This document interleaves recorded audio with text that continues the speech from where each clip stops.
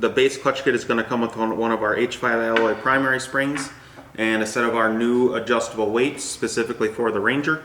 There's two base weight model options for guys that are just looking for weights, but the clutch kit will come with the ones we recommend for your application.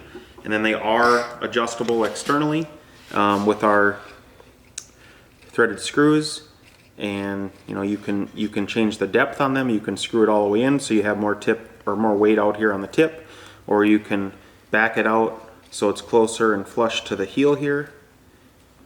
But real simple, real easy to change. With the brass set screws, you can change it up to 7.2 grams, and with the steel set screws, you can change it up to 4.3 grams.